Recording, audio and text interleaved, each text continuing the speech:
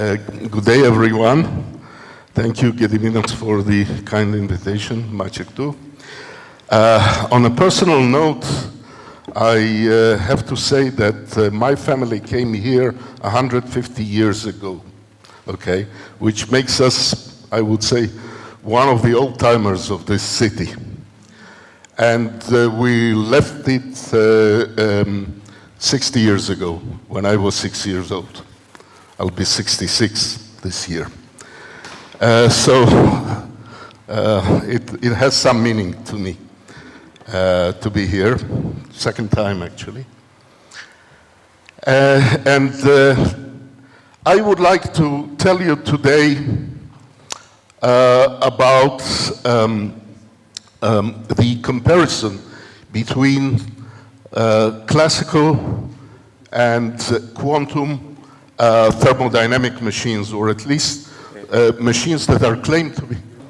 If there are indeed different rules in the quantum domain, does this imply that machines can be better than their classical counterparts by virtue of being quantum mechanical? So we all know the Carnot bound, which is that the output work divided by the input heat is bounded by 1 minus the cold bath temperature over the hot bath temperature. And one of the claims which actually got this started was that one can do better than that by quantumness. The more general question is, what happens if you replace one of the ingredients of a basic heat engine by a quantum ingredient, okay? Will that indeed, or can it indeed, improve the efficiency? Or if not the efficiency, then at least boost the power. There have been claims to both of these results. It's now called quantum advantage, and some call it quantum supremacy. Are any of you quantum supremacists? Okay. The point is that in this series of papers, we have shown that one has to be very careful when using such notions. So the first claim that actually got this going was by my old mentor, Scully. I mean, old not in the sense of age, but what Scully and co-workers showed was that if you have a Carnot engine, okay, in which the working fluid are, say, photons, and they are powered by a hot bath of a special kind. This is actually a variety of the micromaser, for those familiar with it. Now, Scully's point was that if you replace your usual thermal atoms in this bath by atoms he called phasonium, in which the lower levels have coherence between them, then you can obtain a boost of the efficiency above the Carnot bound, depending on the cosine of the phase between these two levels. Now, this sounds strange, but we have checked, and it is perfectly correct. The question is whether it contradicts or transgresses in any way the standard assumptions of thermodynamics, and we contend that it does not. The reason being is that from the point of view of the working fluid, there is a thermal bath at a temperature which depends on the cosine of phi, okay? So the working fluid doesn't know any better.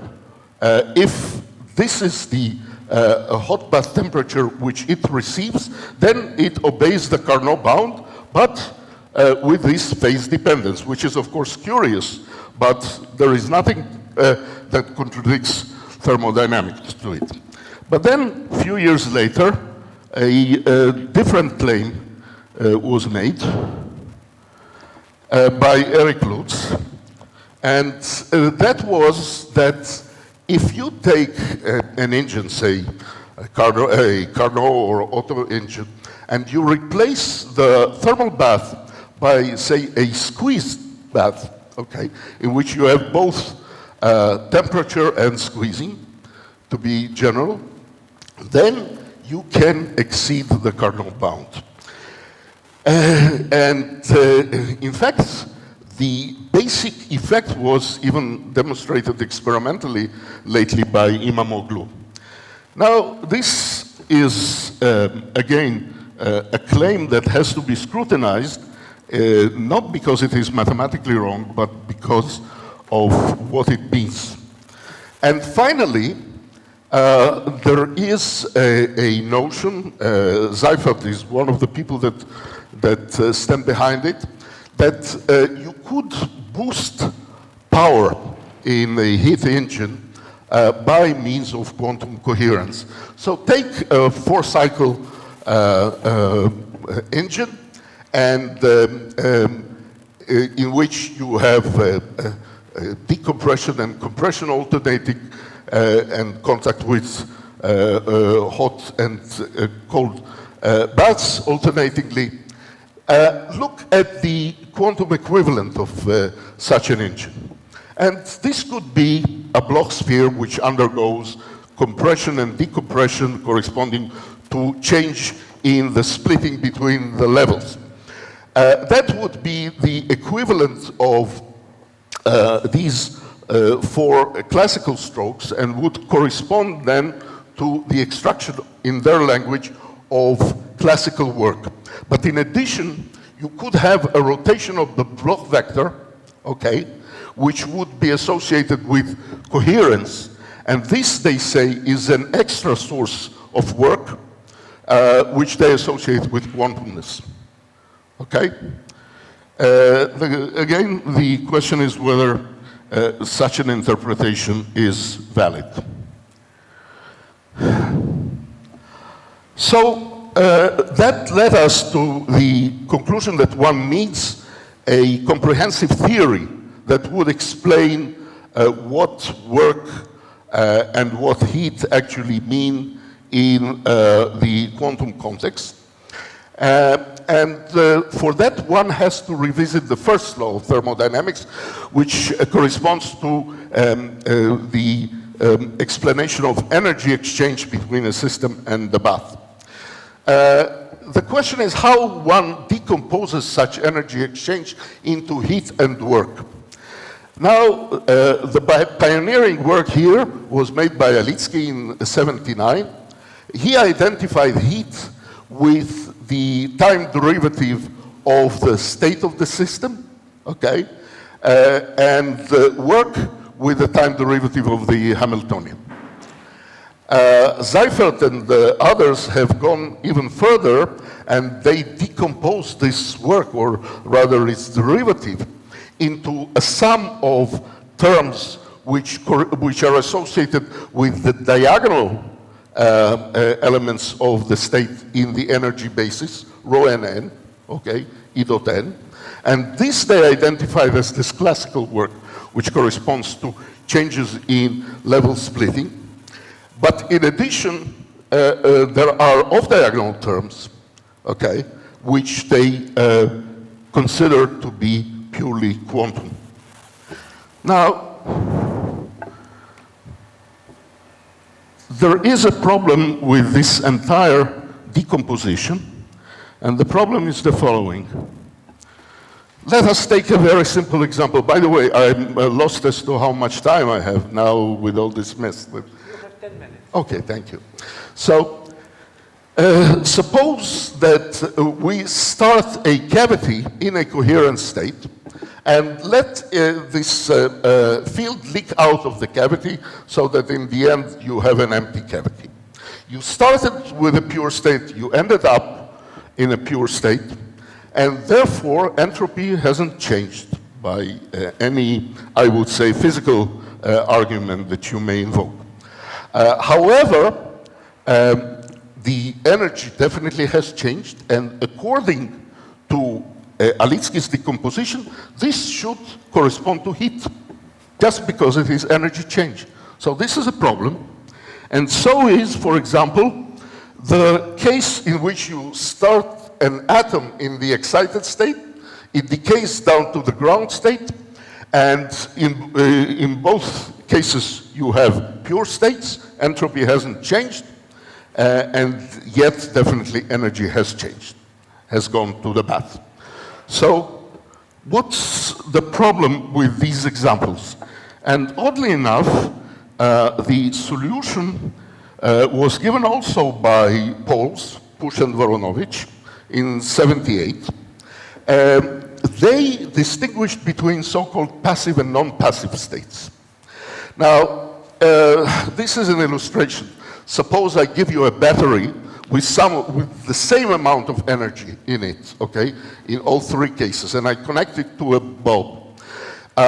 In one case, I see that the bulb is lit very dimly, and I call this partly non-passive state. In the other, it doesn't light at all, okay? I call it passive state. And here it is lit very brightly, and I call it a fully non-passive state. So what differs between these three states is their non-passivity, or as some people call it, ergotropy. What does it mean? Mathematically, it means that I take my state, okay, say this is the distribution of eigenvalues in the Fock space, and I perform a unitary transformation which reshuffles the eigenvalues so that they are monotonically ordered. This is the state with least energy that can be attained unitarily from a given state, and this state I identify as the passive state. This is a unique transformation. For each state, there is just one passive state. The energy which I obtain in the process is the amount of work or ergotropy which is stored here. So by the time I'm in a passive state, I have no more work to extract. And in the phase plane, the equivalent of a non-passive state would be a displaced phase space distribution, whereas a passive state would be a phase space distribution which is centered at zero. Okay. Now, that has led us, and here Wolfgang Niedenzu, my postdoc, was the main proponent, to the following result, which we call reformulation of the first law. In fact, one has to divide the energy which is exchanged between the system and the bath into heat and work as follows. Heat exchange is only associated with a change in the passive state, which corresponds to the actual state that we have. So we have to perform a unitary transformation that gives us a passive state, and then whatever is left, which is associated with the change of that state, that is genuine heat. Now, this has implications for the second law, because Spohn in '78 has written an inequality for entropy change, which said that delta S is bounded by the total energy which is exchanged between the system and the bath. And as we now know, part of it corresponds to heat, but part of it corresponds to work, okay? Not to heat, all right? And of course, this cannot be the best estimate for delta S, or rather for the reversibility condition, which is delta S equals 0, because it contains this unitary part that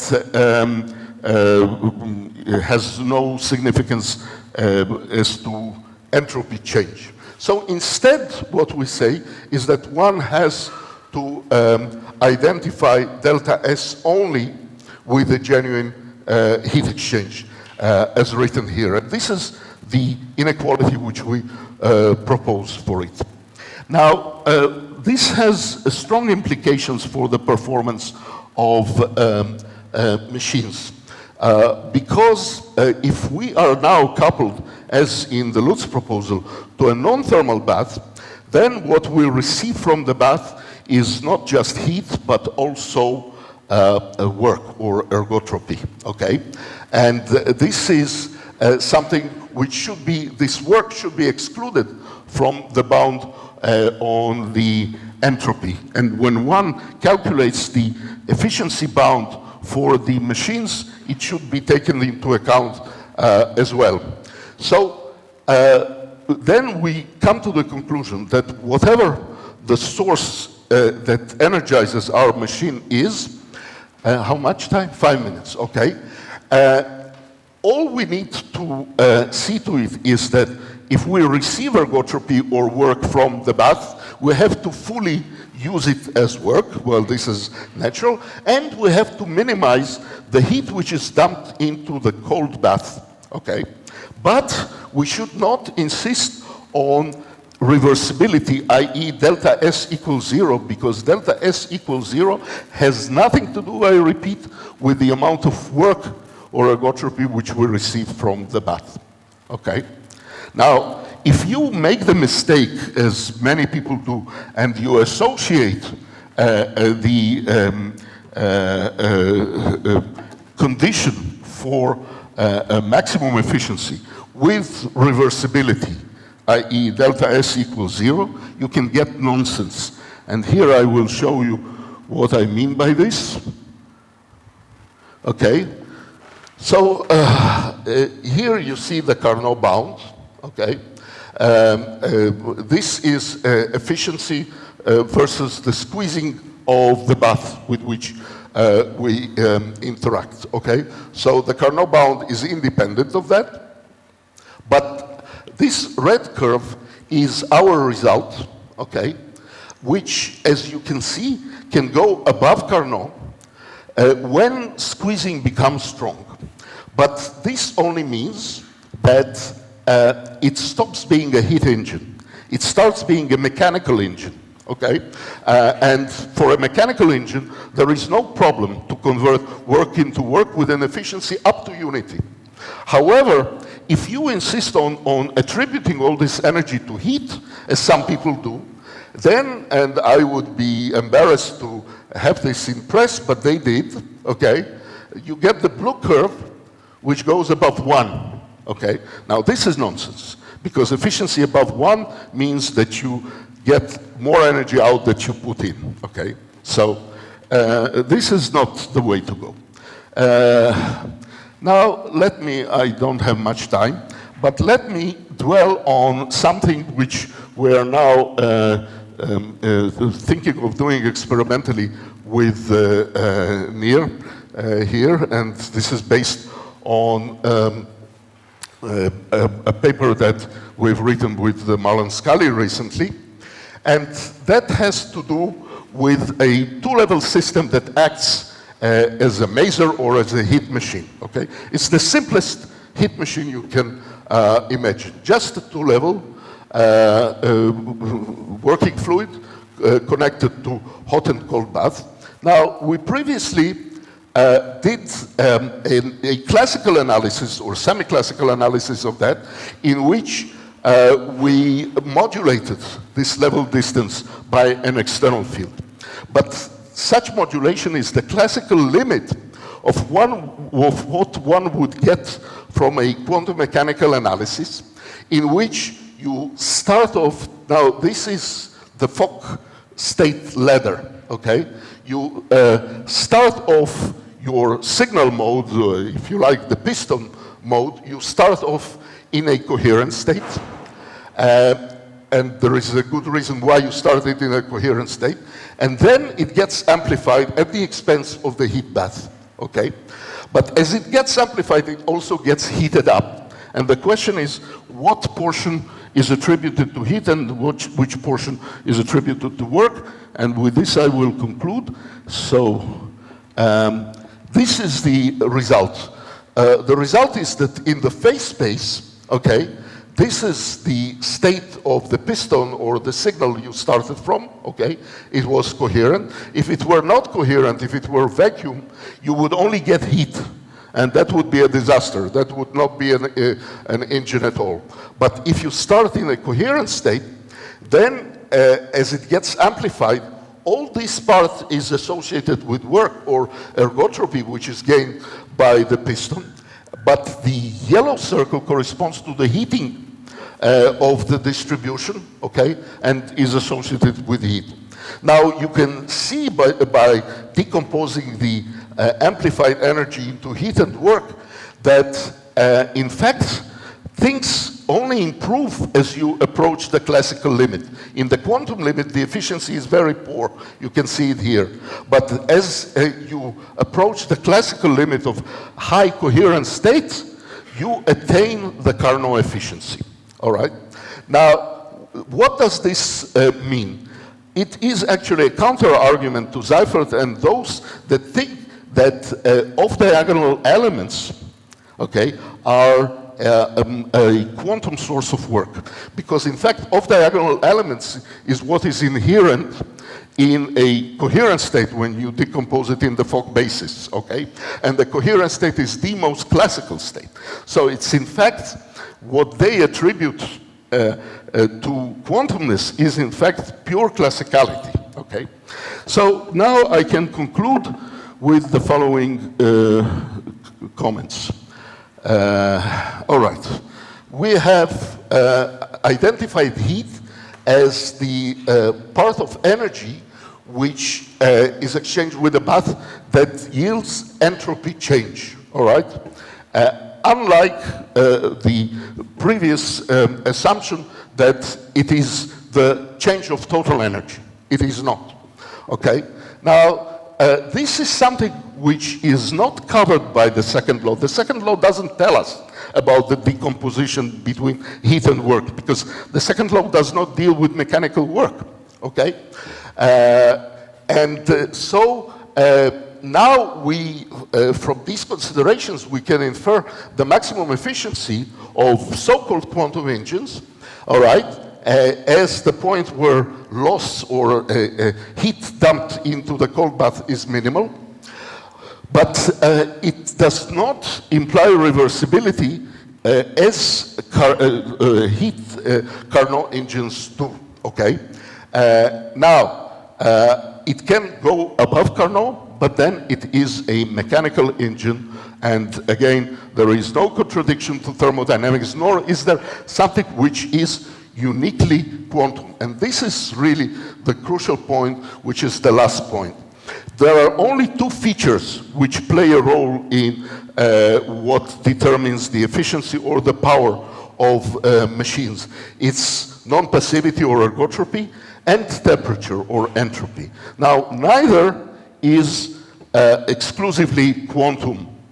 They both have quantum counterparts or classical counterparts, and there is no principal difference between those.